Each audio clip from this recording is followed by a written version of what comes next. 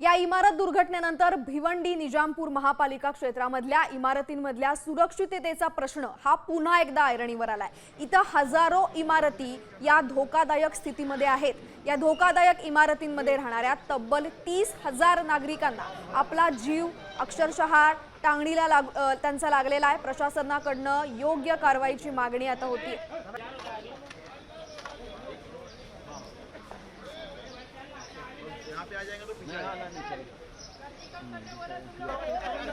दरम्यान भिवंडीमध्ये धोकादायक इमारतींची संख्या सध्या किती आहे आपण यावर ग्राफिक्सच्या माध्यमातून एक नजर टाकूया। तर भिवंडीमध्ये 1444 इतक्या धोकादायक इमारती सध्या आहेत।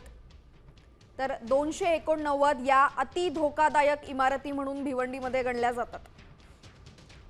तसंच पाडलेल्या अति धोकादायक इमारतींची संख्या आहे 69। धोकादायक इमारतींमध्ये राहणारी एकूण कुटुंब आहेत 6041। तर या सगळ्या धोकादायक इमारतींमध्ये जे नागरिक राहतात त्यांची संख्या तब्बल 30,000पेक्षा जास्ती आहे।